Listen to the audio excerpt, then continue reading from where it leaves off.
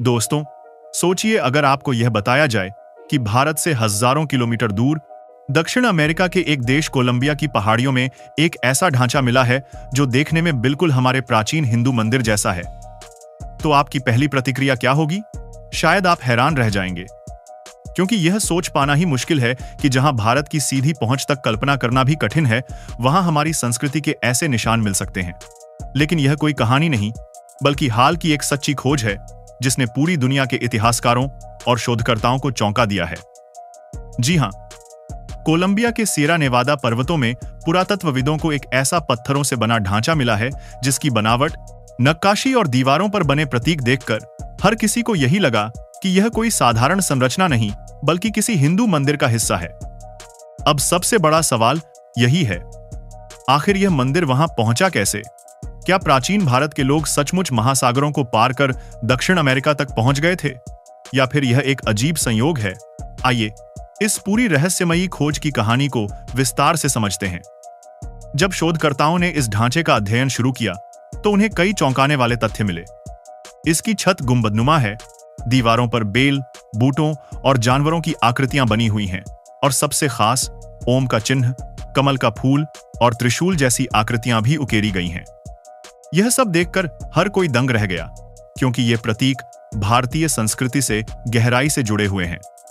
इतिहासकारों का कहना है कि यह ढांचा करीब 1200 से 1500 साल पुराना हो सकता है।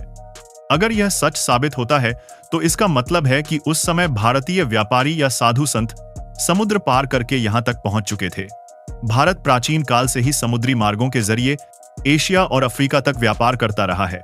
इंडोनेशिया, थाईलैंड, कंबोडिया और यहां तक कि अफ्रीका में भी भारतीय संस्कृति के चिन्ह मौजूद हैं। लेकिन दक्षिण अमेरिका तक पहुंचना, यह तो अब तक असंभव माना जाता था। दिलचस्प बात यह भी है कि कोलंबिया के स्थानीय आदिवासी समुदायों में कई परंपराएं और मान्यताएं हिंदू धर्म से मिलती जुलती हैं। वे सूर्य और चंद्रमा को देवता मानते हैं। उनके धार्मिक अनुष्ठानों में मंत्रों और ध्वनियों का महत्व होता है, और उनकी कथाओं में वर्णन मिलता है कि उनके पूर्वज समुद्र पार से आए थे और साथ में देवताओं का ज्ञान भी लाए थे। अब आइए बात करते हैं उस मंदिर की बनावट की। बताया जा रहा है कि वर्णन परमार्कर में इस कोड में कहा कि पूर्वज समुद्र पार में बताया जा रहा है। इसमें एक मुख्य गर्भगृह है जिसके बाहर 2 विशाल खंभे बने हैं। इन खंभों पर पेड़ों की बेलें, फूल और पशु आकृतियां उकेरी गई हैं। अगर आपने कभी भारत के खजुराहो या अजंता एलोरा की मूर्तियां देखी हों तो आप समझ सकते हैं कि यह शैली कितनी मिलती जुलती है। मंदिर की दीवारों पर बने शिल्प और नृत्य करती आकृतियां यह बताती हैं कि यह जगह सिर्फ पूजा के लिए नहीं, बल्कि सांस्कृतिक गतिविधियों का भी केंद्र रही होगी। विशेषज्ञ मानते हैं कि इसे देखकर यह कहना गलत नहीं होगा कि यह भारतीय शैली का ही प्रभाव है। लेकिन अब असली सवाल, यह सब कैसे हुआ होगा? इतिहासकार इस रहस्य को 3 तरीकों से समझाने की कोशिश कर रहे हैं। पहली थ्योरी कहती है कि प्राचीन भारतीय व्यापारी या साधु समुद्र पार कर यहां तक आए और उन्होंने अपने देवताओं का मंदिर बनाया।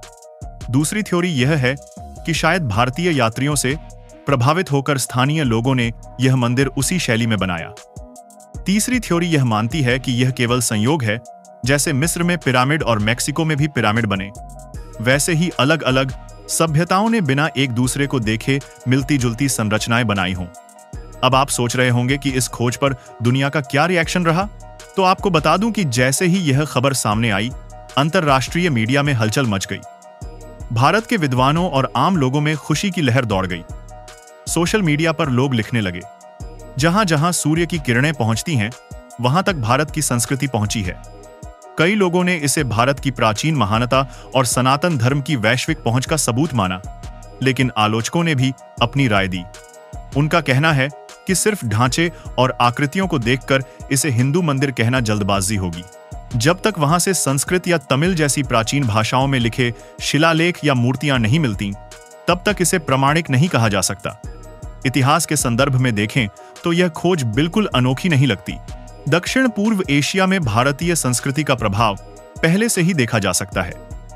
कंबोडिया का अंगकोर वाट मंदिर विष्णु भगवान को समर्पित है। थाईलैंड के राजघराने में राम की पूजा की जाती है, और इंडोनेशिया में आज भी रामायण और महाभारत पर आधारित नृत्य नाटक होते हैं। इन उदाहरणों से यह मानना आसान हो जाता है कि भारतीय संस्कृति का असर सचमुच बहुत दूर दराज तक गया था। अब सवाल यह कि आगे क्या होगा? पुरातत्वविदों ने इस स्थल की खुदाई और अध्ययन जारी रखा है। अगर आने वाले समय में वहां से संस्कृत शिलालेख, प्राचीन मूर्तियां या भारत से जुड़ी अन्य वस्तुएं मिल जाती हैं, तो यह खोज दुनिया के इतिहास को नया मोड़ दे देगी। वैज्ञानिक कार्बन डेटिंग और अन्य आधुनिक तकनीकों से इस संरचना की उम्र और असली मूल का पता लगाने की कोशिश कर रहे हैं। भारत में इस खबर के बाद उत्साह का माहौल है। लोग इसे गर्व के साथ शेयर कर रहे हैं और यह मान रहे हैं कि भारत की सभ्यता और संस्कृति का प्रभाव सचमुच पूरी दुनिया तक पहुंचा था। तो दोस्तों, आपको क्या लगता है? क्या वाकई यह मंदिर भारत और दक्षिण अमेरिका के बीच प्राचीन संबंधों का सबूत है, या फिर यह सिर्फ एक संयोग? अपनी राय हमें कमेंट में जरूर बताइए। अगर आपको यह कहानी दिलचस्प लगी हो तो चैनल को सब्सक्राइब कीजिए